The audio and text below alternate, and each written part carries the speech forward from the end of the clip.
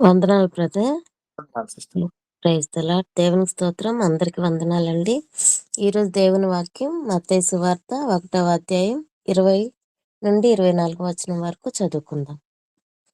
అతడు ఈ సంగతులను గూర్చి ఆలోచించుకొనుచుండగా ప్రభువు దూత స్వప్నమందు అతనికి ప్రత్యక్షమై, దావీదు కుమారుడైన యోసేపు, నీ భార్య అయిన మరియను చేర్చుకొనుటకు భయపడకుము. ఆమె పరిశుద్ధాత్మ వలన గర్భము ధరించినది. తన ప్రజలను వారి పాపముల నుండి ఆయనే రక్షించును కనుక ఆయనకు యేసు అని పేరు పెట్టుదువు అనెను. ఇదిగో, కన్నిక గర్భవతి అయి కుమారుని కనును, ఆయనకు ఇమ్మానుయేలు అని పేరు పెట్టుదురు అని ప్రభువు తన ప్రవక్త ద్వారా పలికిన మాట నెరవేరునట్లు ఇదంతయు జరిగెను. ఇమ్మానుయేలను పేరును భాషాంతరమున దేవుడు మనకు తోడని అర్థము. యోసేపు నిద్ర మేలుకొని ప్రభువు దూత తనకు ఆజ్ఞాపించిన ప్రకారము చేసి తన భార్యను చేర్చుకొనెను. హల్లెలూయా. Praise lord. ప్రియమైన దేవుని బిడ్డలారా, మన ప్రభు అయిన యేసుక్రీస్తు నామములో మీ అందరికీ వందనాలు, ఉదయకాలపు శుభాలు తెలియజేస్తున్నాను. దేవుని యొక్క వాక్యాన్ని ధ్యానించుకుందాం. ఎందుకంటే ముందుగా ప్రార్థన చేసుకుందాం. పరిశుద్ధుడా, ప్రేమ కలిగిన తండ్రి, మీకు స్తోత్రం నాయన. ఈ ఉదయకాల సమయంలో ప్రభా మేమందరం కూడా ఈ విధంగా కలుసుకొని ప్రభా కొన్ని నిమిషాలు మీ వాక్యాన్ని ధ్యానించే భాగ్యము మా యొక్క యూసీవై టీంకి ఇచ్చారు ప్రభు. అందుని బట్టి మీకు వందనాలు తండ్రి. ఎందరికో ఈ భాగ్యం లేదు నాయన తండ్రి. మీరు మిమ్మల్ని ప్రేమించిన మాకు ఇచ్చారు ప్రభా, మీకు వందనాలు తెలియజేస్తున్నాం. అయినా చేరి వచ్చినటువంటి ప్రతి ఒక్కరిని బట్టి మీకు వందనాలు తెలియజేస్తున్నాము తండ్రి. వారిని, వారి కుటుంబాలని మీరు జ్ఞాపకం చేసుకోండి. ఉదయకాల సమయంలో తండ్రి మీరు వారితో వాక్యం ద్వారా మాట్లాడండి ప్రభా. ఆయన క్రిస్మస్ దినాల్లో ఉంటుండగా ప్రభా, మేము క్రిస్మస్ ధ్యానించుకుంటుండగా సహాయం దయచేయమని కోరుకుంటున్నాం ప్రభా. మీకు స్తోత్రములు. నన్ను కూడా మీరు మీ సిలువ చాటున మరుగుపరచండి నాయన. మీరు నాలో ఉండండి ప్రభా, నన్ను మీరు బోరుగా వాడుకోమని ప్రార్థన చేస్తున్నాము తండ్రి. ఎవరైతే ప్రభా ఆసక్తి కలిగి తండ్రి ఉదయాన్నే నాయన జాయిన్ అయి ఉండారో వారందరి హృదయాలు మీకు తెలుసు తండ్రి. వాళ్ళ యొక్క భారము మీకు తెలుసు నాయన. జ్ఞాపకం చేసుకుని వాళ్ళ కుటుంబాల్లో ఉన్నటువంటి నాయన శోధనలు తీసివేయండి, సంతోషము సమాధానంతో నింపండి తండ్రి. ప్రతి ఒక్క కుటుంబానికి కూడా మంచి ఆరోగ్యం దయచేయండి ప్రభా. మీకు స్తోత్రం తెలియజేస్తున్నాను అయినా. వారు మిమ్మల్ని ప్రేమిస్తూ ఉండగా మీరు కూడా వారిని ప్రేమించమని విజ్ఞాపన చేస్తున్నాను. వారి కుటుంబాల్లో తండ్రి యొక్క క్రిస్మస్ సంతోషాన్ని కూడా మీరు దయచేయమని ప్రార్థన చేస్తున్నాం. చక్కని పాటను కూడా మేము విన్నాం ప్రభా. ఆ పాట యొక్క అర్థాన్ని కూడా తెలుసుకోవడానికి సహాయం దయచేయమని తండ్రి. చేరి వచ్చినటువంటి ప్రతి ఒక్కరితోనైనా మీరు వాక్యం ద్వారా మాట్లాడమని మీకే మహిమ ఘనత ప్రభావములు చెల్లించుకుంటూ యేసుక్రీస్తు నామంలో అడిగి వేడుకుంటున్నాను తండ్రి. ఆమేన్.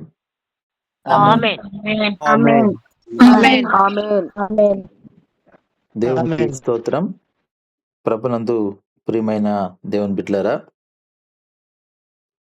మనము ఈ క్రిస్మస్ సీజన్లో ఉన్నాము. ఈరోజు 2వ తారీఖులో మనం ఉంటున్నాం. దేవుని యొక్క మహాకృపను బట్టి మనము ఒక్కొక్క రోజు ఒక్కొక్క విధంగా మరి నూతనంగా ఈ యొక్క క్రిస్మస్ గురించి మనం ధ్యానించుకుంటూ ఉన్నాం. ఈరోజు మనము క్రిస్మస్ అనేది మనందరికి తెలుసు, దాని యొక్క అర్థము మనం ఎప్పటి నుంచో వింటూ ఉంటాము. క్రీస్తుని ఆరాధించుట అని మనము చెప్పుకుంటూ ఉంటాం. మరి క్రీస్తు వారు ఈ లోకంలో జన్మించినప్పుడు, మరి క్రీస్తు వారు జన్మించక ముందు జరిగిన సన్నివేశాల గురించి మనము ధ్యానించుకునేటప్పుడు కొన్ని మనము ఆ యొక్క పుట్టుకలో నుంచి లేకపోతే ఆ ముందు జరిగిన సన్నివేశాల నుంచి మనం కొన్ని విషయాలు నేర్చుకోవాలి. కనుక ఈరోజు మనము ఆ విషయాల్ని నేర్చుకుందాం. ప్రభునందు ప్రియమైన వాళ్ళరా, మత్తయి సువార్త 1వ అధ్యాయము 19వ వచనం నుంచి మనం చదువుకుంటూ వెళ్దాము, ధ్యానించుకుంటూ వెళ్దాం. ఆమె భర్త అయిన యేసేపు నీతిమంతుడై ఉండి ఆమెను అవమానపరచనొల్లక రహస్యముగా ఆమెను విడనాడ ఉద్దేశించెను. ఇక్కడ మనము యేసేపు గురించి చూస్తున్నాము, అదేవిధంగా మరియను చూస్తున్నాం. మరి ఇద్దరికి కూడా వివాహము కాకముందు మనం ఉంటాం గదా! ప్రదానము చేయబడడము అనే విషయం మనకు తెలుసు. ఇక్కడ మనం చూసినప్పుడు యేసేపు మరియ గురించి కొంత అనుమానాన్ని వ్యక్తపరిచాడు. దాని తర్వాత చదవండి. అతడు ఈ సంగతులను గూర్చి ఆలోచించుకొనుచుండగా, ఇదిగో ప్రభుదూత స్వప్నమందు అతనికి ప్రత్యక్షమై, దావీదు కుమారుడవైన యోసేపు, నీ భార్య అయిన మరియను చేర్చుకొనుటకు భయపడకుము. ఇక్కడ ఈ మాటను చూస్తున్నాము, భయపడకుము. క్రిస్మస్ అనేది మనలో నుంచి భయాన్ని తొలగిస్తుంది అనేది మనం నేర్చుకోవాలి ఈ రోజున. ఇలాంటిది ప్రతి వచనంలో కూడా మనము కొన్ని విషయాలు ఈరోజు మనం నేర్చుకోబోతున్నాం. ఈ యొక్క క్రీస్తు పుట్టుక జరగక ముందు మరి ఆ సందర్భంలో కూడా మనము కొన్ని విషయాలు నేర్చుకోవాలి. పరిశుద్ధ గ్రంథంలో మనకు అన్ని విషయాలు కూడా దేవుడు లిఖించి ఉన్నాడు. అయితే ఆ మర్మాలు తెలుసుకోవడమే గొప్ప విషయము. అందులో దాని యొక్క అర్థమేంటి చదువుకుంటూ వెళ్ళిపోవడం కాదు గానీ, అక్కడ మనము యేసేపును, మరియను మాత్రమే చూడడం కాదు గానీ, అందులో నుంచి మనము ఏం నేర్చుకోవాలి? మనతో దేవుడు ఏం మాట్లాడుతున్నాడంటే, ఇక్కడ మనం చూసినప్పుడు భయపడకుము అనే మాట యేసేపుతో మరి దూత అంటున్నప్పుడు, మరి మనకు గూడా అదే మాట ఈరోజు సెలవిస్తున్నాడు. భయపడకుము. మనం ఒకవేళ ఏ భయంతో ఉన్నామో మనకు తెలీదు కానీ, దేవుడు ఈరోజు మనకు మంచి వాగ్దానం ఇస్తున్నాడు. భయపడొద్దు. క్రిస్మస్ అంటానే మనలో నుంచి భయము తొలగిపోవాలి. అందుకోసమే భయపడకుము. ఆమె గర్భము ధరించినది పరిశుద్ధాత్మ వలన కలిగినది. ఇక్కడ మరి మరొక మాట చూస్తున్నాం. పరిశుద్ధాత్మ వలన కలిగినటువంటిదే క్రిస్మస్. కనుక పరిశుద్ధాత్మ ద్వారా మరి గర్భం ధరించడము అనే విషయాన్ని ఇక్కడ మనం చూసినప్పుడు, పరిశుద్ధాత్మ ఒక శక్తి. ఆ యొక్క పరిశుద్ధాత్మ అనేది ఒక మనలోకి ప్రవేశించాలి, మనలో నివసించాలి అని మనం కోరుకోవాలి ఈ క్రిస్మస్ సమయాల్లో. ఎందుకంటే అందరిలో కూడా పరిశుద్ధాత్మ దేవుడు నివసించడానికి ఇష్టపడ్డు. కనుక మనలో ఈ యొక్క లక్షణం, ఈ యొక్క ఆలోచన మనలో ఉండాలి. మనం పరిశుద్ధాత్మ దేవుని మనము ఆహ్వానించేటువంటి స్థితిలో ఉండాలి. ఈరోజు ఇక్కడ ఈ మాటను గమనించినప్పుడు పరిశుద్ధాత్మ వలన కలిగినది అనే మాట చూసినప్పుడు, మరి మరియమ్మలోకి ఎందుకని పరిశుద్ధాత్మ ప్రవేశించాడు అని మనం చూసినప్పుడు, దానికి కారణము ఏంటి అని ఆలోచించినప్పుడు, మనం పరిశుద్ధంగా జీవిస్తేనే మనలోకి పరిశుద్ధాత్మ దేవుడు ప్రవేశిస్తాడు అనే విషయాన్ని కూడా మనము తెలుసుకోవాలి. క్రిస్మస్ అనగా మనలోకి పరిశుద్ధాత్మ దేవుడు మనలో ఉండాలి, మనలో నివసించాలి, మనకు ఆలోచనలు కలుగజేయాలి, మనలో గొప్ప కార్యం చేయాలి, మన మార్గాన్ని సరళం చేయాలి. ఈ రోజున మన మధ్యలో పరిశుద్ధాత్మ దేవుడు ఉన్నాడు అని మనం నమ్ముతూ ఉంటాం. కనుక యేసుక్రీస్తు వారు ఎప్పుడైతే ఈ లోకాన్ని విడిచి పరలోకానికి వెళ్ళాడో, ఆయన ఒక మాట చెప్తూ వెళ్ళాడు. నేను వెళ్తున్నాను. నేను మీ కొరకు పరలోకంలో స్థలాలు సిద్ధపరుస్తాను.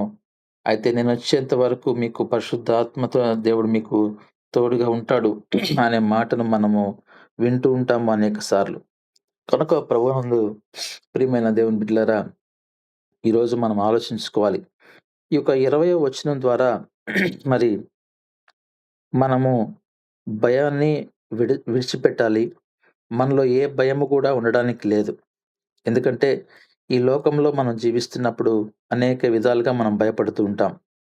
మనకున్న శ్రమలను బట్టో, లేకపోతే మనకున్నటువంటి సమస్యలను బట్టో, లేకపోతే మనకున్నటువంటి అనారోగ్యాన్ని బట్టో మనం భయపడుతూ వెళ్తూ ఉంటాం. కానీ దేవుడు మనకి ఈరోజు మంచి చక్కని వాగ్దానం ఇస్తున్నాడు. భయపడాల్సిన అవసరం లేదు. కనుక యేసేపు భయపడినప్పుడు యేసేపుతో దేవుని దూత అంటున్న మాట, భయపడొద్దు. ఎందుకు నువ్వు భయపడుతున్నావు?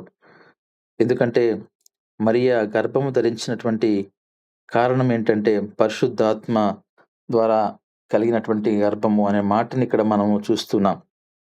ఈరోజు ఆ దేవుడే మనతో మాట్లాడుతున్నాడు. మనం కూడా ఆ విషయాన్ని గమనించి మనలో పరిశుద్ధాత్మ దేవుడు కార్యం చేయాలి. మనలోకి పరిశుద్ధాత్మ దేవుడిని మనం ఆహ్వానించాలి. అందుకే చక్కని పాటను గూడా మనం విన్నాం. క్రిస్మస్ అంటే అది తాగడము, లేకపోతే ఇష్టానుసారంగా జీవించడం కాదు. దేవునికి వాక్యానికి వ్యతిరేకంగా జీవించడం కాదు. దేవుని వాక్యానుసారంగా జీవించడమే. ఈరోజు డబ్బుండి, ఉద్యోగం ఉంటే మందిరానికి పోవడం మానేస్తాం. అటువంటి క్రిస్మస్ ఈరోజు జరుపుకుంటున్నాం. కనుక అది క్రిస్మస్ కాదు. ఈరోజు మన కుటుంబాల్లో ఒకసారి క్రిస్మస్ ఎలా జరుగుతుందో ఒకసారి ఆలోచించండి. మీకు మనకు మనమే ఒకసారి పరీక్షించుకోవాలి. క్రిస్మస్ అనగా మనము ఎలా దాన్ని జరుపుకుంటున్నాం? మన ఇంట్లో ఒక్కొక్క వ్యక్తిని గమనించండి. ఏ విధంగా మనం జరుపుకుంటున్నాం? అసలు క్రిస్మస్ అంటే ఏంటి అనేది మనం ఆలోచించినప్పుడు మనం ఈరోజు ఆహ్, క్రొత్త బట్టలు కొనుక్కోవడము, ఎంతో ఖర్చు పెట్టి మనము క్రొత్త బట్టలు కొనుక్కొని, ఎన్నో విధాలుగా మనము ఖర్చు చేసి, కొంతమందైతే వాళ్ళకున్నటువంటి చెడు అలవాట్లను బట్టి వాటికి బానిసలైపోయి ఉంటారు. ఆ రోజు ఇంకొద్దిగా ఖర్చు పెట్టి ఆ యొక్క మరి మందు తాగడం గావచ్చు, ఇంకా రకరకాల అవన్నీ గూడా మనం చూస్తూ ఉంటాం. ఇంటి పైన స్టార్ ఉంటుందంట. ఇంట్లో అంతే గూడా దేవునికి వ్యతిరేకమైన కార్యాలు చేస్తా ఉంటారు. ఇలాంటివన్నీ క్రిస్మస్ కాదు అనే ఒక చక్కని పాటను గూడా మన సిస్టరు ఇప్పుడు పాడారు. మనం ఆలోచించాల్సింది మనలో పరిశుద్ధత ఉండాలి. పరిశుద్ధాత్మ దేవుడు మనలో నివసించి ఆయన కార్యం చేయాలి. కన్య అయిన మరియను దేవుడు ఎన్నుకున్నాడంటే మరి మరియ ఎలా జీవించింది? ఆమె జీవితమంతా గూడా దేవునికి తెలుసు. ఆమె జీవితంలో ఎంతగా దేవునికి సమర్పించుకుందో, ఎంతగా దేవునిలో జీవించిందో కనుక దేవుడు ఎంతోమంది ఆ ప్రాంతంలో మరియలున్నప్పటికి కూడా కన్య అయినటువంటి మరియను ఎందుకు దేవుడు ఏర్పాటు చేసుకున్నాడు? పరిశుద్ధాత్మ వలన ఎందుకు ఆమెకు గర్భాన్ని ఏర్పాటు చేశాడు? ఎందుకని ఆమె గర్భంలో నుంచే రావాలని ఆయన ఆలోచించాడు అనేది ఈరోజు మనం నేర్చుకోవాలి. కనుక మనలో గూడా పరిశుద్ధాత్మ దేవుడు నివసించాలంటే మనము గూడా కన్య అయినటువంటి మరియలాగా బ్రతకాలి. అలా జీవించాలి. కాబట్టి యేసేపులాగా మనము ఎప్పుడు గూడా భయంతో ఉండడానికి లేదు. మనం ఆలోచించాలి.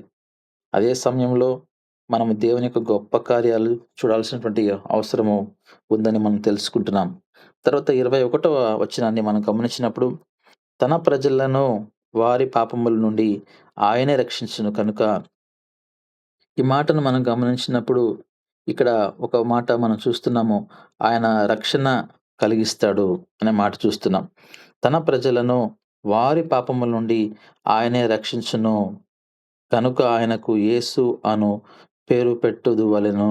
ఇక్కడ మనం చూసినప్పుడు ఆయన రక్షకుడుగా మనము గుర్తించాలి. మనందరికి కూడా తెలుసు. మనందరం సువార్తలో ఇదే మాట చెప్తూ ఉంటాం. యేసు అనగా రక్షకుడు అనే మాటను మనము అనేక సార్లు గూడా చెప్తూ ఉంటాం. కనుక క్రిస్మస్ అంటే రక్షించుట. ఈరోజు మనం గూడా ఈ క్రిస్మస్ సీజన్‌లో మనము దేవుని యొక్క పండగను జరుపుకోవడం కాదు గానీ, అంతకంటే ముందుగా ఎంతమందికి నువ్వు రక్షణ కలిగించడానికి ప్రయత్నం జేస్తున్నావు? ఈ మాటను మనమందరం గూడా ఆలోచించాలి. కనుక అదే విధంగా పాపము నుండి విమోచించుట అని కూడా చూస్తున్నాం. వారి పాపముల నుండి ఆయనే రక్షించెను. కనుక మన పాపాల నుంచి కూడా ఆయన మనల్ని విమోచిస్తున్నాడు. మన పాపాల నుండి ఆయన మనల్ని రక్షిస్తున్నాడు. ఇక్కడ మనము చాలా జాగ్రత్తగా ఈ మాటను ఆలోచించాలి. మనల్ని ఆయన పాపము నుండి విడిపిస్తున్నాడు. మరి మనము తిరిగి మళ్ళీ ఎలా ఉన్నాం? పాపం చేయడానికి మళ్ళీ ప్రయత్నం చేస్తున్నామా? లేకపోతే మనము కలిగినటువంటి రక్షణను మనము కాపాడుకుంటున్నామా? అనేది ఆలోచించాలి. కనుక ఎన్నో క్రిస్మస్‌లు మనం చూసుంటాం. ఎన్ని సంవత్సరాలతో మనకు ఈరోజున్నాయో, అన్ని సంవత్సరాలు మనం క్రిస్మస్ చేసుకొనుంటాం మన కుటుంబంలో. కాబట్టి ఎన్ని సంవత్సరాలు మనం క్రిస్మస్ చేసుకున్నామా, ఆ రోజు సంతోషంగా మనము మన మందిరాన్ని అలంకరించుకోవడము, మనందరం కలుసుకొని ఆహారం తినడము, సంతోషంగా గడపడము, కేక్ కట్ చేసుకోవడము, ఇవి క ఇది ఇది అవసరమే. ఎందుకంటే మనకు ప్రాముఖ్యమైనటువంటి విషయము, మనము పాపము నుండి మనల్ని దేవుడు రక్షించాడు అనేది మనము ఎప్పుడు మనసులో పెట్టుకుండాలి. ఈరోజు మనల్ని ఆయన పాపం నుండి రక్షించాడు కదా! తిరిగి మళ్ళీ ఆ పాపంలోకి వెళ్తున్నామా? లేకపోతే ఆ పాపాన్ని మనము జయించగలుగుతున్నామా? ఈరోజు ఆలోచించాలి. ఎంతోమంది ఇప్పటికి కూడా ఆ పాపాన్ని జయించలేకపోతూ ఉన్నారు. ఆ పాపంలో నుంచి విడుదల పొందుకున్నాం. అయినప్పటికీ ఆ స్థిరత్వము లేక మళ్ళీ తిరిగి వెనక్కి వెళ్ళిపోతున్నారు. ఏ విధంగా అయితే కుక్క తన వాంతికను తింటుందో అటువంటి విధంగా ఈ రోజున మనుషులు మళ్ళీ తిరిగి వాళ్ళ యొక్క గత జీవితానికి, పాత జీవితానికి వెళ్ళిపోతున్నారు. ప్రభునందు ప్రియమైన దేవుని బిడ్డలారా, ఈ వాక్యం మనం వింటున్నప్పుడు దేవుడు మనల్ని ఎంతగానో ప్రేమించాడు. మన కొరకు ఆయన ఈ లోకానికి దిగివచ్చాడు. ఆయనకు ఒక గొప్ప సింహాసనము పరలోకంలో ఉంది. ఆయన ఆ సింహాసనము బంగారు సింహాసనము. అటువంటి సింహాసనాన్ని విడిచిపెట్టి మరి ఈ లోకానికి మన కొరకు వచ్చాడు అంటే ఎంతగానో మనల్ని ప్రేమించాడు. నిన్న గూడా మనం చక్కని వాక్యం విన్నప్పుడు, ఆ వాక్యంలో మనం చూసినప్పుడు ఆయన ఈ లోకంలో ఒక పశువుల పాకలో జన్మించాడు. ఆయన గొప్పవాడిగా జన్మించగలడు. కానీ ఆయన గొప్ప స్థలాన్ని కోరుకోలేదు. మన కొరకు ఆయన ఒక పశువుల పాకలో అందరికి అందుబాటులో, అదే విధంగా అందరూ గూడా ఏ విధంగా అయితే ఆయన ఆరాధించగలరో అటువంటి ప్రదేశంలో ఆయన జన్మించాడు అంటే, పేదవాళ్ళ దగ్గర నుంచి గొప్పవారి వరకు అందరూ ఆరాధించగలరు అనే విషయాన్ని మనం చూస్తున్నాం. ఈరోజు మనము ఈ వాక్యాన్ని ధ్యానిస్తున్నప్పుడు, మనము పాపము నుండి మనల్ని దేవుడు రక్షించాడు కదా! తిరిగి మళ్ళీ మనము పాపంలోకి వెళ్తున్నామా అనేది ఆలోచించాలి. ఈ క్రిస్మస్ అంటే ఇదే అండి. మనలో ఆలోచన కలిగించాలి క్రిస్మస్. కాబట్టి క్రిస్మస్‌లు చేసుకోవడము, ఈ యొక్క మనందరం గూడా జనవరి 1లో ఆ యొక్క ఇయర్ మారుతున్నప్పుడు ఎన్నో సంబరాలు, ఎన్నో రకరకాల కార్యాలు, కొత్త బట్టలు ధరించుకొని మనం సంతోషిస్తాం మంచిదే. కానీ వాటితో పాటు ఒకసారి మనం ఆలోచించుకోవాలి. మనము ఎంత వరకు మన జీవితంలో మనం ముందుకు వెళ్తున్నాం అనేది మనందరం కూడా ఆలోచించుకోవాలి. దేవుడు మనకిచ్చిన రక్షణను మనం ఎంత వరకు కాపాడుకుంటున్నామో అనేది ఆలోచించాలి. ప్రభునందు ప్రియమైన వారలారా, కనుక మనము పాపాన్ని విడిచిపెడదాము. అదే నిజమైన క్రిస్మస్ అండి. కనుక మనము క్రీస్తుని ఆరాధించుటతో కలిసి మనము ఆ పాపాన్ని విడిచిపెట్టినప్పుడు ఇంకా మనము చక్కగా ఆయన ఆరాధించొచ్చు. కదండీ! 22వ వచనాన్ని మనము చూద్దాం ఒకసారి. ఇదిగో కన్యక గర్భవతి అయి కుమారుని కనును, ఆయనకు ఇమ్మానుయేలని పేరు పెట్టుదురు. ఈ మాట ఇక్కడ మనం చూస్తున్నాము. దేవుడు మనకిక్కడ ఒక మంచి వాగ్దానం ఇస్తున్నాడు. గమనించండి. కనుక ఆయన అంటున్నాడు, కన్యక గర్భవతి అయి కుమారుని కనును, ఆయనకు ఇమ్మానుయేలని పేరు పెట్టుదువు అని ప్రభువు తన ప్రవక్త ద్వారా పలికిన మాటలు నెరవేరినట్లు ఇదంతయు జరుగును. ఇమ్మానుయేలనగా పేరునకు భాషాంతరమున దేవుడు మనకు తోడని అర్థము. కనుక దేవుడు మనకు తోడుగా ఉన్నాడు అని మనకాయన వాగ్దానం చేస్తా ఉన్నాడు. కనుక అటువంటి గొప్ప వాగ్దానం చేసే దేవుడు మనకున్నాడు. కనుక ఆ క్రిస్మస్‌లో ఆ వాగ్దానాన్ని నువ్వు గట్టిగా పట్టుకోవాలి. ఆ వాగ్దానం ఏంటి అని మనము జాగ్రత్తగా మనం గమనించినప్పుడు, ఇమ్మానుయేలు అనే మాటను అక్కడ మనం చూస్తున్నప్పుడు, ఆ ఇమ్మానుయేలు అనే మాటకు అర్థమేంటి అని గమనించినప్పుడు, దేవుడు మనకు తోడుగా ఉంటాడు. మన జీవిత ప్రయాణంలో ఆయన ఎల్లప్పుడూ మనకు తోడుగా ఉంటాడు. అదే మన క్రిస్మస్ కదండీ! మనము తోడు లేకపోతే చాలా కష్టం. అందుకోసమే దేవుడు ఆదిలో గూడా ఒక మాట చెప్తూ వస్తున్నాడు. కాబట్టి ఆదాము, ఆదాము తోడుగా ఎవరు అవసరమో, హవ్వ అవసరము. గమనించారా ఆ మాటను? కనుక ఎప్పుడైతే దేవుడు మొట్టమొదట్లోనే ఆలోచించాడు, తోడు అనేది మనకు అవసరమో, కనుకనే దేవుడు ఆయన మనకు భార్యాభర్తల్ని ఏర్పాటు చేశాడు. వివాహాన్ని ఆయన ఏర్పాటు చేశాడు. ఒక తోడు ప్రతి విషయంలో గూడా ఒక మనిషికి తోడు అవసరము. కాబట్టి ఈ లోక సంబంధంగా మన తోడు కంటే గూడా దేవుని యొక్క తోడు, ఆయన కాపుదల మనకు అవసరము. అందుకే ఇక్కడ మనం చూసినప్పుడు దేవుడు మనకు తోడుగా ఉంటాను అని సెలవిస్తున్నాడు. ఈరోజు మనకు ఎటువంటి ప్రయాణం మనం చేస్తున్నప్పటికి కూడా, మనం ఎక్కడికి వెళ్తున్నప్పటికి కూడా, మనము ఏ పని చేసుకుంటున్నప్పటికి కూడా దేవుని తోడు కావాలని మనం కోరుకోవాలి. దేవుని తోడు లేకపోతే మనము ఏది గూడా సక్సెస్ కాలేమనే విషయాన్ని నేను మీకు తెలియజేస్తా ఉన్నాను. కనుక మన జీవిత ప్రయాణంలో దేవుడు ఏ విధంగా అయితే ఈ లోకంలో ఆయన జన్మించాడు అంటేనే ఆయన మనకు ఆహ్, మనకు ఆయన తోడుగా ఉండాలనే ఆయన ఈ లోకంలో మనకు జన్మించాడు. ఈరోజు మనకు ఆయన దేవుడుగా ఉన్నాడు అంటేనే మనకు ఆయన ఎల్లప్పుడూ మనకు తోడుగా ఉంటాడు. కాబట్టి ఆ తోడుగా ఉండడానికి ఆయన ఆశపడుతున్నాడు. మరి తోడుగా ఉంచుకోవడానికి నువ్వు ఆశపడుతున్నావా అనేది ఆలోచించాలి. ఎందుకంటే దేవుడు నీ పక్కన ఉండాలి. దేవుడు నీలో జన్మించాలంటే అది అందరికీ అది దేవుడు ఇవ్వడండి. కాబట్టి మనకు దేవుడు తోడుగా ఉండాలంటే, దేవునితో కలిసి నువ్వు బ్రతకాలి. అందుకోసమే "నా యందు నీవును, నీ యందు నా వాక్యము నిలిచియుండిన యెడల" అనే మాట మనం చూస్తాం. దేవుని వాక్యము ఎల్లప్పుడూ మనలో నిలిచుండాలి. అప్పుడు దేవుని వాక్యం మనకెప్పుడు గూడా తోడుగా ఉండి దేవుని వాక్యం అంటుంది, "నీ పాదములకు దీపము, నా త్రోవకు నా త్రోవకు దేవుడు తోడుగా ఉంటాడనే మాట చూస్తున్నాం. కనుక మన త్రోవలకు దేవుని యొక్క వాక్యము దీపంగా ఉండాలి. మనము వెళ్తున్నప్పుడు మన ప్రయాణంలో దేవుని వాక్యం మనకు ఎల్లప్పుడూ ఒక దీపంగా ఉంటున్నప్పుడు, మనము ఆ దీపంలో నడిచినప్పుడు, ఆ వెలుగులో మనం నడిచినప్పుడు చక్కని మార్గం మనకు దేవుడిస్తాడు. కనుక మనందరం కోరుకోవాల్సినటువంటి విషయం ఏందంటే, దేవుడు మనకు మంచి వాగ్దానం ఇస్తున్నాడు. ఆ వాగ్దాన ప్రకారంగా మనం ఈరోజు దేవుడు మనకు తోడుగా ఉంటున్నాడా? లేపోతే ఆ వాగ్దానం నువ్వు స్వీకరించే స్థితిలో నువ్వు ఉంటున్నావా? లేకపోతే ఆ వాగ్దానం నీ కుటుంబ జీవితంలో అది నెరవేరుతుందా అనేది నువ్వు గమనించాలి. కుటుంబ వ్యవస్థ చాలా ప్రాముఖ్యమైన విషయము. భార్య, భర్త, పిల్లలు మనందరికీ ఎల్లప్పుడూ గూడా దేవుని తోడు అవసరము.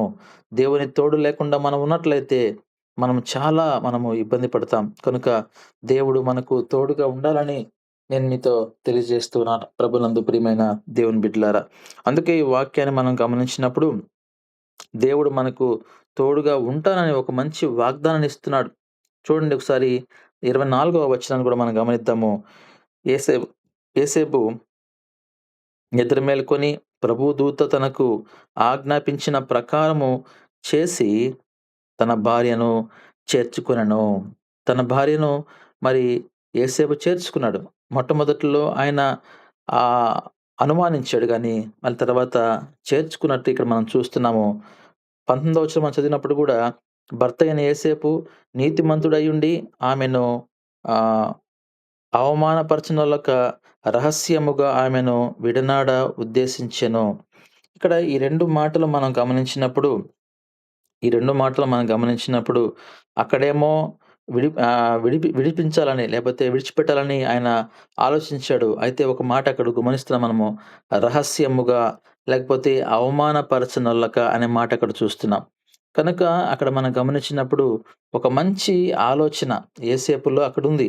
ఈ రోజున మనం చూసినప్పుడు ఒక చిన్న తప్పు ఏదైనా జరిగితే అందరికి చెప్పుకోవడము మన కుటుంబ విషయాలు. లేకపోతే మన మన పరువుని మనమే తీసుకునే పరిస్థితుల్లో ఈరోజున్నాం. కానీ ఇక్కడ గమనించండి గొప్ప విషయం మనం నేర్చుకోవాల్సింది అవమానపరచునొల్లక రహస్యముగా. అంటే మనం గమనించినప్పుడు మనలో మంచి ఆలోచనలు, మన కుటుంబ విషయాల్ని మనం ఇతరులతో పంచుకోవడం కాదు. లేకపోతే మనం లేకపోతే మన భార్యనో, లేకపోతే భర్తనో మనము చాలా ఈజీగా అవమానపరుస్తూ ఉంటాం. అందరి ముందు అవమానపరుస్తూ ఉంటాం. అవమానపరుస్తూ మాట్లాడతాం. ఇలాంటిది మంచిది కాదు అనేది గూడా ఈరోజు మనం ఈ క్రిస్మస్ సీజన్‌లో మనం తెలుసుకోవాలి. అందుకోసం ఇక్కడ మనం చూసినప్పుడు కూడా ఆయన మేలుకున్నప్పుడు ఆయన దేవుని యొక్క ఆజ్ఞకు లోబడ్డాడు. ఆ మాట చూడండి 24వ వచనంలో ప్రభువు దూత తనకు ఆజ్ఞాపించిన ప్రకారం చేసి తన భార్యను చేర్చుకున్నాడు. కాబట్టి దేవుని యొక్క ఆజ్ఞకు యేసేపు లోబడ్డాడు. దానికి ముందు ఆయన అనుమానించాడు. అయితే ఎప్పుడైతే ఆ మాట దేవుని దూత మాట్లాడిన వెంటనే ఆయన ఆజ్ఞకు లోబడ్డాడు. ఈరోజు మనం గూడా ఈ క్రిస్మస్ సీజన్‌లో మనం ఉన్నప్పుడు మరి ఆ దేవుని యొక్క మాటకు మనం లోబడుతున్నామా అని ఆలోచించాలి. మనం ఎంతవరకు లోబడుతున్నామో దేవుడు మనతో ఎన్నో సార్లు మాట్లాడుంటాడు. ఎన్నో సార్లు మనతో వాక్యం ద్వారా మాట్లాడుతున్నప్పుడు మరి దేవుని మాటకు మనం లోబడేవారుగా ఉన్నామా? ఆలోచించాలి. కనుక లోబడకపోతే నువ్వు దేవుని బిడ్డవు కాదు. లోబడకపోతే నువ్వు క్రీస్తు బిడ్డవు కాదు. లోబడకపోతే నువ్వు క్రైస్తవుడు కాదనే విషయాన్ని నేను మీకు చాలా సార్లు మనం తెలుసుకుంటూ ఉంటాము. నేను తెలియజేస్తూ ఉంటాను. కాబట్టి మనం దేవుని వాక్యానికి లోబడే వారంగా ఉండాలి. దేవుని యొక్క ఆజ్ఞల ప్రకారం మనం జీవించే వారంగా ఉండాలి. యేసేపు యొక్క గత జీవితంలో అంటే ఇంకొద్దిగా ముందు మనం గమనించినప్పుడు ఆయన అనుమానించినట్టుగా మనం చూస్తున్నాము. కనుక అనుమానించి మరి ఎట్లా వచ్చింది గర్భము అని అనుమానించి అయితే అవమానించకుండా మళ్ళీ సేమ్ టైమ్‌లో అతనిలో మంచి లక్షణం ఏముందంటే, ఒక విధంగా ఆయన అనుమానించినప్పటికీ, మరొక విధంగా ఆయన తన భార్యను అవమానించకుండా రహస్యంగా వదిలిపెట్టేద్దామని ఆలోచించినప్పుడు దేవుని దూత మరి కనిపించి మాట్లాడినప్పుడు దేవుని దూత వెంటనే ఆ మాటకు, ఆజ్ఞకు లోబడినట్టుగా తన భార్యను చేర్చుకున్నట్టుగా మనం చూస్తున్నాం. ప్రభునందు ప్రియమైన దేవుని బిడ్డలారా, మనము దేవుని యొక్క ఆజ్ఞకు లోబడుతున్నామా? ఈ క్రిస్మస్ సమయాల్లో మనం ఆలోచించాలి. కనుక ఈ 2025 క్రిస్మస్‌లో ఒకసారి ఆలోచిద్దాం. దేవుడు ఈ క్రిస్మస్ వాక్యాల ద్వారా మనతో ఎన్నో విషయాలు ఆయన మాట్లాడుతున్నాడు. కనుక మనం దేవుని యొక్క వాక్యానికి మనం లోబడే వారిగా ఉండాలని మనము నేర్చుకోవాలి. అదే విధంగా మరొక వాక్య భాగాన్ని మనం చూద్దాము. 2వ అధ్యాయము 2వ వచనాన్ని కూడా చదువుకుందాము. యూదులు యూదుల రాజుగా పుట్టిన వాడెక్కడున్నాడు? తూర్పు దిక్కున మేము ఆయన నక్షత్రమును చూచి ఆయనను పూజింపవచ్చితిమని చెప్పిరి. ఇక్కడ మనము పూజించడం చూస్తూ ఉన్నాం. ఈ యొక్క 2వ వచనంలో మనము దేవుని మనము పూజించాలని ఒక మంచి ఆలోచన. గమనించండి. ఆ వాక్య భాగాన్ని మనం చదువుతున్నప్పుడు మరి యూదుల రాజుగా పుట్టిన వాడెక్కడున్నాడు? అంటే ఒక ఆసక్తి. ఆడ గమనించారా? తూర్పు దిక్కున మేము ఆయన నక్షత్రాన్ని చూచి, ఆ నక్షత్రాన్ని వెంబడిస్తూ వాళ్ళు వచ్చారు. వాళ్ళు పూజించడానికి వచ్చినట్టుగా ఇక్కడ మనం చూస్తున్నాం.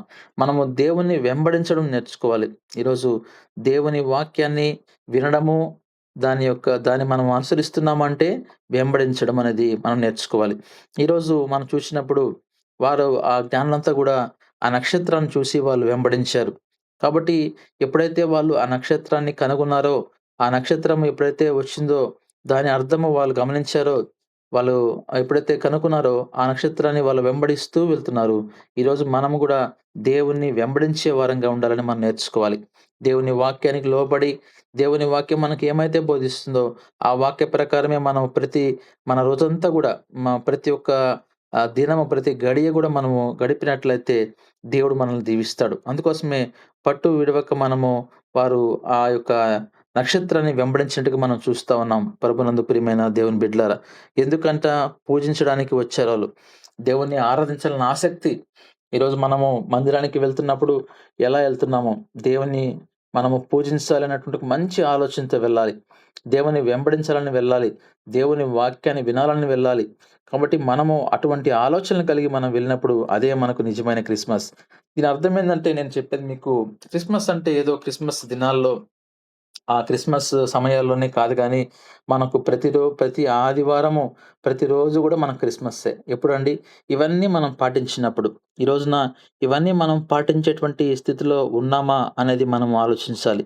ఈరోజు మనము ఆయన ఏ విధంగా మనము పూజించాలనేటువంటి ఆలోచన మనకుందా లేదా? చూడండి 11వ వచనాన్ని మనం గమనించినప్పుడు పదవచనం. వారు ఆ నక్షత్రమును చూచి అత్యానందభరితులై ఇంటిలోనికి వచ్చి తల్లి అయిన మరియను ఆ శిశువును చూచి సాగిలపడి ఆయనను పూజించి తమ పెట్టెలు విప్పి బంగారమును, సాంబ్రాణిని, బోళమును కానుకలుగా సమర్పించిరి. ఇక్కడ చూస్తున్నాం గదండీ! జ్ఞానులు ఆ నక్షత్రాన్ని జూశారు. అత్యానందభరితులయ్యారంట. చూడండి ఎంత మంచి మాటో. కనుక ఆ నక్షత్రము ఎప్పుడైతే ఆగిందో వాళ్ళు ఆ నక్షత్రాన్ని చూసినప్పుడు, ఆ నక్షత్రాన్ని వాళ్ళు అనుసరించిన తర్వాత అది ఆగిన వెంటనే వాళ్ళు అత్యానందభరితులయ్యారండి. సంతోషించారు. ఎప్పుడైతే యేసుక్రీస్తు వారిని చూచారో, తల్లి అయిన మరియను చూచారో వెంటనే వాళ్ళు సాగిలపడ్డారు. ఈరోజు మనం సాగిలపడుతున్నామా? దేవుని మాటకు లోబడుతున్నామా? దేవుని మాటకు సాగిలపడుతున్నామా? ప్రతి మాట మనము అనుసరించాలండి. ప్రతి మాట మనం అనుసరించాలి. ఆయన ఆయన చూసిన వెంటనే వాళ్ళు జ్ఞానులే. దేశంలో మొత్తంలో వాళ్ళు మంచి జ్ఞానులు అయినప్పటికీ వాళ్ళు సాగిలపడ్డారు. దేవుణ్ణి ఆరాధించారు. ఆయన పూజించారు. తమ పెట్టెలు విప్పారు. బంగారుని, సాంబ్రాణి, బోళమునిచ్చారు. ఎంతో అమూల్యమైనది.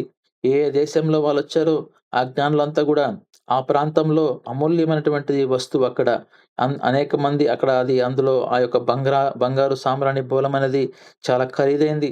అటువంటిది వాళ్ళు జాగ్రత్తగా తీసుకొనొచ్చి వారు మరి క్రీస్తు వారికి సమర్పించారు, సాగిలపడ్డారు అంటే, ఈరోజు మనము దేవుణ్ణి ఎంతవరకు పూజిస్తున్నామో, ఈరోజు మనం దేవుని మందిరానికి వస్తున్నప్పుడు, ఈరోజు చాలామంది గూడా చాలా దాన్నేమంటామంటే నిర్లక్ష్యంగా మరి మందిరానికొస్తారు. దేవుడు కృతజ్ఞత కలిగి మనము జీవించడం, కృతజ్ఞత కానుకలు తీసుకొని రావడం, సంతోషంతో ఆయనకి మనం సమర్పించడం అనేది ఈ రోజున మరి మనం ఆ రోజు నేర్చుకోవాలండి.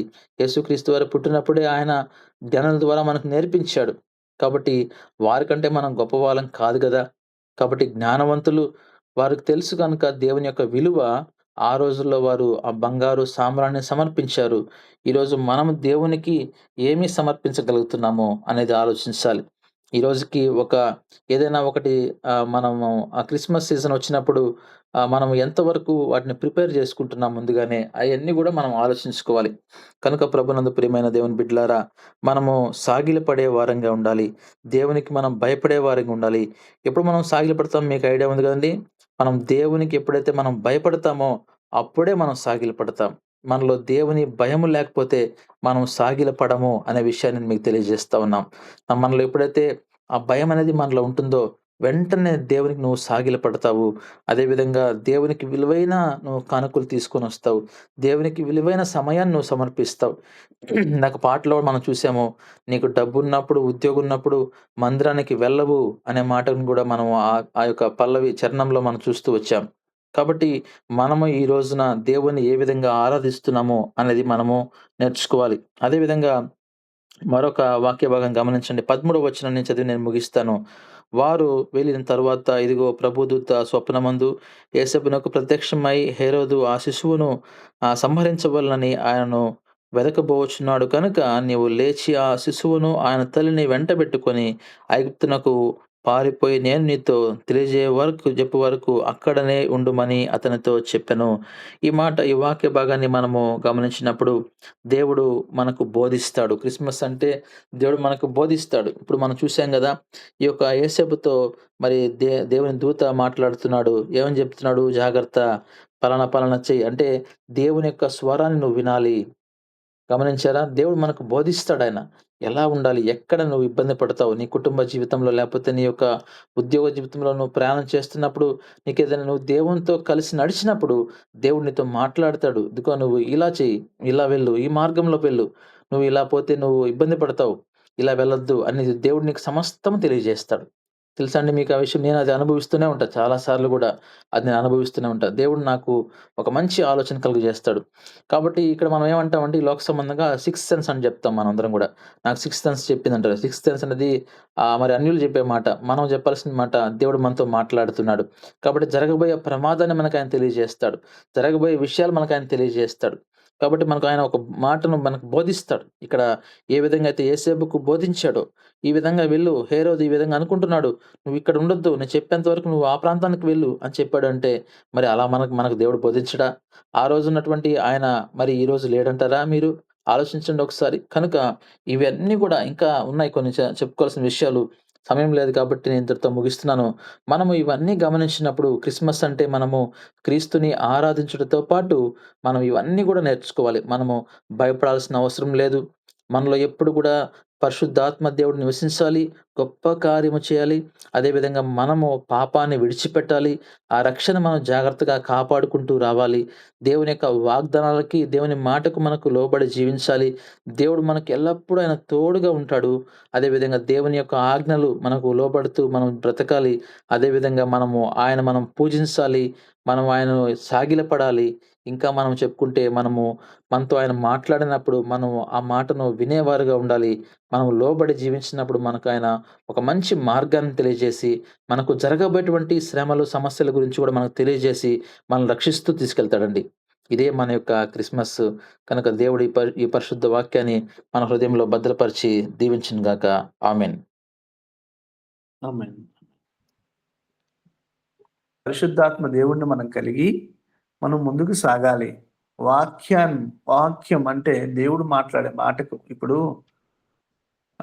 అమ్మ వందనాలు అంటేనే ప్రతిస్పందన ఉంటది. వందనాలు అన్న అంటారు. వందనాలు బ్రదర్ అంటారు. అంటే మనిషిగా మనం మాట్లాడిన దానికి అంత రెస్పాన్స్ ఉంటే, వాక్ అంటే ఏంటి? దేవుని మాటలు. ఆయన మాటలకు ఇంకా ఎంత లోబడాలి మనం.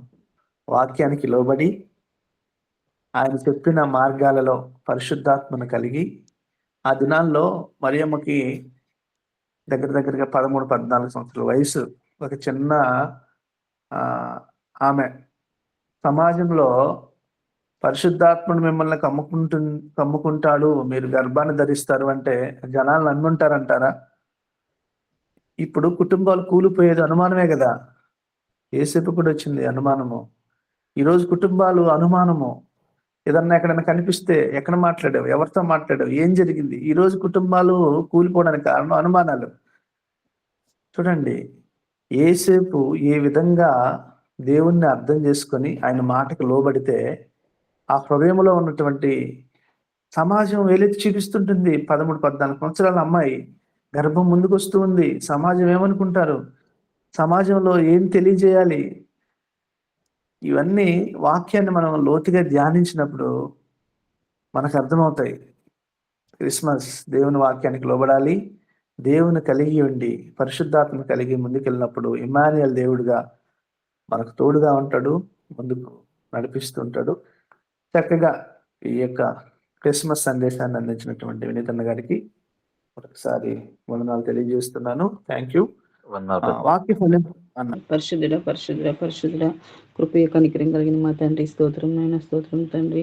నిత్యము దేవదత్తుల చేత తండ్రి పరిశుద్ధుడని కొనియాడబడుచున్న మా గొప్ప దేవ, మీకే వేలాది స్థితులు స్తోత్రాలు చెల్లిస్తున్నాం ప్రభా. ఇదిగో తండ్రి, ఈ యొక్క మార్నింగ్ ప్రేయర్ని ఇప్పటి వరకు మీరు తండ్రి ముందు నడిపించుకున్నందుకు మీకే వేలాది స్థితులు స్తోత్రాలు తండ్రి. నాయన ఇదిగో నాయన తండ్రి, క్రిస్మస్ దినాల్లో తండ్రి నాయన మంచి ఆత్మీయ పాఠాలు వింటకు మీరు కృపనిస్తున్నందుకు వందనాలు చెల్లిస్తున్నాం తండ్రి. అయ్యా తండ్రి, అవునైనా క్రిస్మస్ అంటే తండ్రి ఏంటో తండ్రి మాకు తెలియజెప్పినందుకు వందనాలు చెల్లిస్తున్నాం తండ్రి. చక్కగా పాట పాడారు సిస్టర్ గారు. నాయన చక్కటి ఆత్మీయ పాఠాన్ని వినిపించగలిగినారు, వినగలిగాము. అందుని బట్టి స్తుతులు స్తోత్రాలు చెల్లిస్తున్నాం ప్రభా. ఇదిగో తండ్రి, చేరి వచ్చిన ప్రతి బిడ్డను బట్టి మీకు వందనాలు చెల్లిస్తున్నాం నాయన. మేమంతా కూడా ఈ యొక్క తండ్రి మా యొక్క జీవితాల్లో ఇవంతా కూడా వ్యర్థం కాకుండా ప్రభా తండ్రి, మేము మా జీవితాల్లో మేము చక్కగా ఉండుటకు, అనేకులను మీ యొక్క మార్గాలలో నడిపించుకున్నట్టుకు కావలసినటువంటి జ్ఞానంతో మమ్మల్ని అందరినీ నింపండి ప్రభా తండ్రి. నీతి మార్గాలను తప్పిపోకుండా ఉండుటకు మీ యొక్క శక్తితో మమ్మల్ని అందరినీ నింపండి ప్రభా తండ్రి. చేరి వచ్చిన ప్రతి బిడ్డని కృపలో జ్ఞాపకం చేసుకోమని అడుగుతున్నాం తండ్రి. మిమ్మల్ని ఆయాసపరిచే స్థితిని మేము కలిగి ఉండకుండా ప్రభా మీకు ఇష్టమైన బిడ్డలుగా, మీ పట్ల భయభక్తులు కలిగిన బిడ్డలుగా తండ్రి మీ నిత్య రాజ్యానికి చేరుకునేందుకు కావలసినటువంటి చక్కటి సిద్ధపాటును మాకందరికి దయచేయమని ప్రార్థన చేస్తున్నాం ప్రభా. ఈ యొక్క వాక్యం అందరి జీవితాల్లో చక్కటి ఫలింపును మీరు దయచేయమని ప్రార్థన చేస్తున్నాం తండ్రి. ఈ యొక్క అవకాశం దయచేసినందుకు వందనాలు చెల్లిస్తూ యేసయ్య అతి శ్రేష్టమైన నామంలో అడిగి వేడుకుని పొందుకుని ఉన్నాం తండ్రి. ఆమేన్. ఆమేన్. ఆమేన్. ప్రార్థించినటువంటి